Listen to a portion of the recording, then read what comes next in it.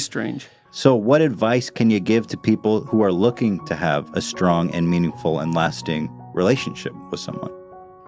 Well, the first thing is to decide if that is really what you want.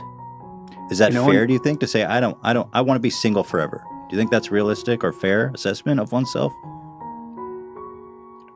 I think that's, for most people, a pathway to insanity. Yeah. The psychoanalysts used to think that, and we all think this way in some ways, that you're sane because you're well put together. Your psyche is well structured, right? It's internal, somehow inside your head. And there's some truth in that, but here's a more accurate viewpoint, I think. You outsource most of your sanity because it's too complicated. And so what you do is your parents raise you to be vaguely acceptable to other people. And then you're surrounded by other people your whole life. And then every time you go off the rails a little bit, even just a little bit, people signal to you.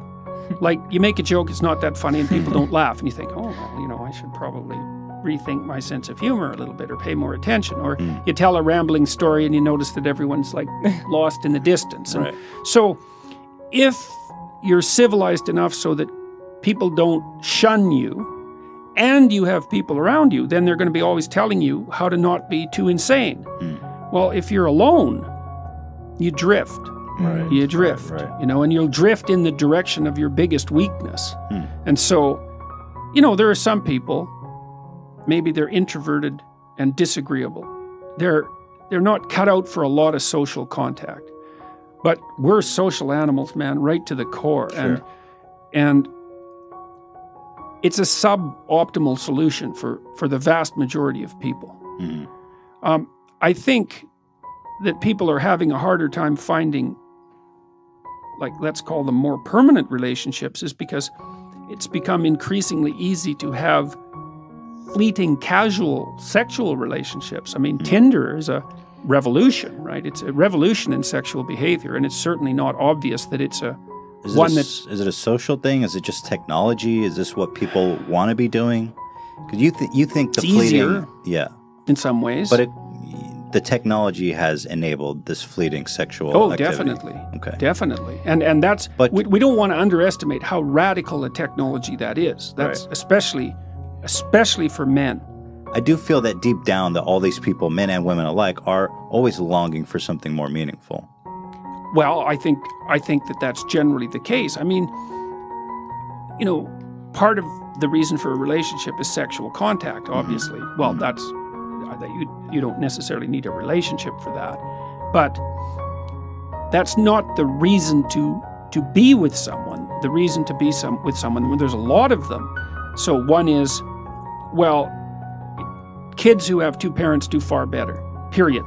The data on that is crystal clear. Doesn't mean that there aren't many single parents who struggle to do a wonderful job. Right? Yeah. That's not the same thing. It's an average issue. So plus, it's a lot of work to have kids.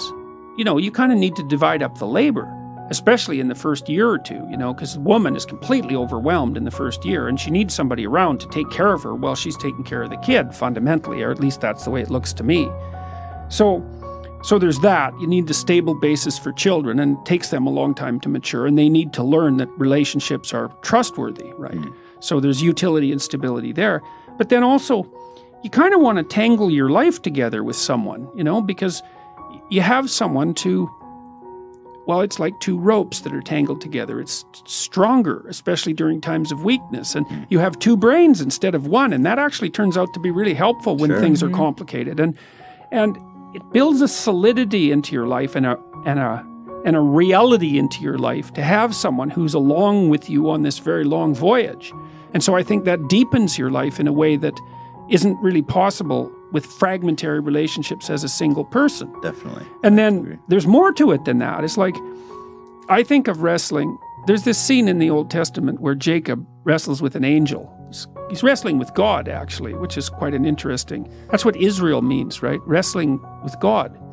Yeah, that just blew me away when I learned it. It's so is that true? The true people of Israel are those who wrestle with God. Wrestle yeah, with it's God. not believe exactly. It's a whole different thing, man. It's a whole different thing. Isn't it like fear from God? what it means? That's what I thought. Well, it did from the work I did in the last couple of months looking at this, and I looked into it quite deeply. It does mean wrestling, essentially, and it does derive from that scene in the Old Testament where Jacob wrestles with God. That's when he gets the name Israel. And his hip is dislocated, right? Permanently. He has a permanent limp after that. It's no joke. But I think of marriage the same way. Like people think, well, they lived happily ever after. It's like, that's not what you want in a marriage. Yeah. You want someone to contend with, because you learn through that wrestling, Sure. like you learn where you're an idiot and where you should stop being and vice versa. So that's the spiritual aspect of marriage. It's the fact that you have to contend with someone under all sorts of circumstances. Theoretically is what would you say? It's a manner of promoting psychological, or you could say spiritual growth. And it's genuine. That's why marriage is a sacrament in most human communities, right? It's stamped both by the state and by the sacred authorities, because it's not just a physiological union. That's what animals do. And I mean, there's nothing wrong with the physiological union, but it has to be placed in the context of everything else a human being is. And I do think it's dreadful for people not to have that. And Do you think it's become harder for people to have meaningful, lasting relationships, or has it always been this hard? I feel like I thank God that I'm not dating now, because I feel like it seems like it's miserable out there right now. well, it's To hard. try to meet people. It is hard although it's easier to meet people because there's more ways of meeting them. Right. But the ways of meeting them are more shallow. In my clinical practice, I would say that the rise of the internet dating option has actually overall been good for people who are looking for a partner. Now, there is some speculation and some evidence that it lowers the transaction price of separation and divorce.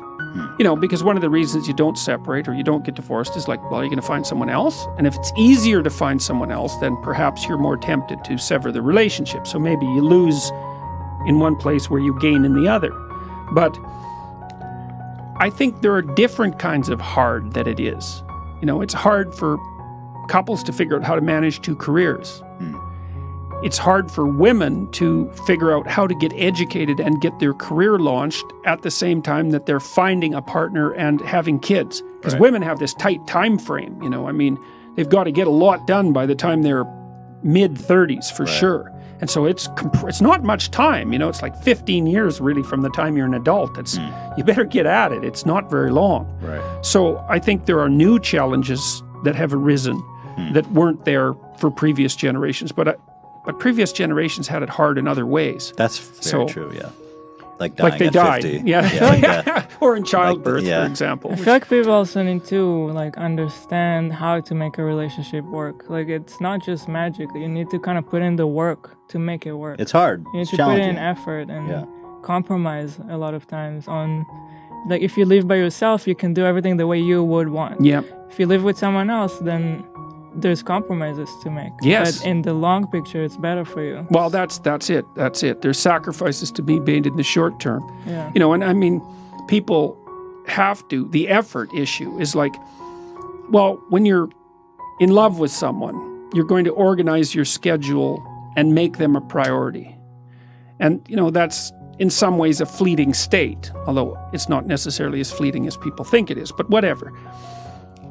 It's obviously a priority. And then you get married and, you kind of get accustomed to having each other around, and then everything else is more important and the relationship drifts to the bottom. And then people get dissatisfied and they start looking for excitement and adventure otherwise. Well, you can't do that. You have to prioritize the relationship. Like, my observation clinically has been for a couple to maintain their relationship without it deteriorating, they have to spend 90 minutes a week together talking about their lives, about how the house is run, about what they've all been doing to keep their stories caught up, right? That's not really even that much. No, it's not. It's not. It's not that much. Yeah. And which is a good thing. You can actually do it. And then they need to spend at least one time having a date. And 2 is better. 1 is necessary. 2 is better. You can't aim for a lot more than that because, life is very busy. And if it's going to be sustainable, it has to be realistic. but they need to make time for each other twice a week and talk in a non-romantic way, just practically about the domestic economy and about everything that's going on. And that keeps people tied to each other and updated. And so that's sort of your minimal commitment level if you don't want things to deteriorate.